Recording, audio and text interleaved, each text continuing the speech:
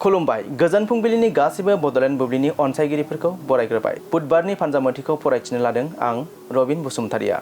फानजामुथिनि गिबियाव दं मेष राशि। नोंथांनि दिनैनि साना गोजोननायजों बुंफबगोन, हाबाफारियाव जाफुंसार जागोन। बृष राशि। सोरजिलु हाबायाव गोसो गुदुं जागोन, रांखान्थियारि बिथिङाव मोजां सान। मिथुन राशि। नोंथाङा मोजां हाबानि थाखाय बाख्नाय जागोन, मोजां सान। कर्कट राशि। सानजौफुनि समखौ मोजाङै बारहोनांगोन, सोलो बाहायनानै थिरांथा लानांगोन। सिंह राशि। नोंथांनि खाफाला गेवनायनि मिजिं दं, जिउनि राहायाव दावगानायनि गोदान लामाया गेवगोन। कन्या राशि।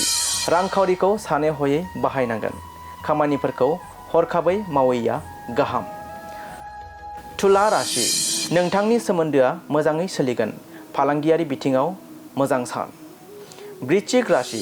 खस्थ' खालामनायनि गेजेरजों जाफुंसार जानो हागोन, देहा सावस्रिनि सायाव सांग्राङै थानांगोन। धनु राशि।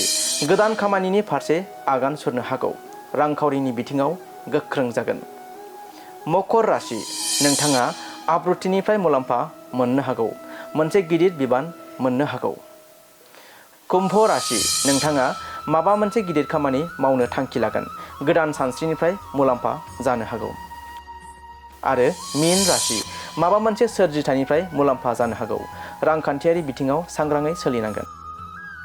दिनै सानसेनि राशि फरायथिनायाबो एसेनोसै। आसा खालामो नोंथांनि दिनैनि साना मोजाङै मोजां थांगोन। बेखौ बडलेण्ड बुब्लि नखरनिफ्राय मिजिंथिबाय। गोजोन्थों।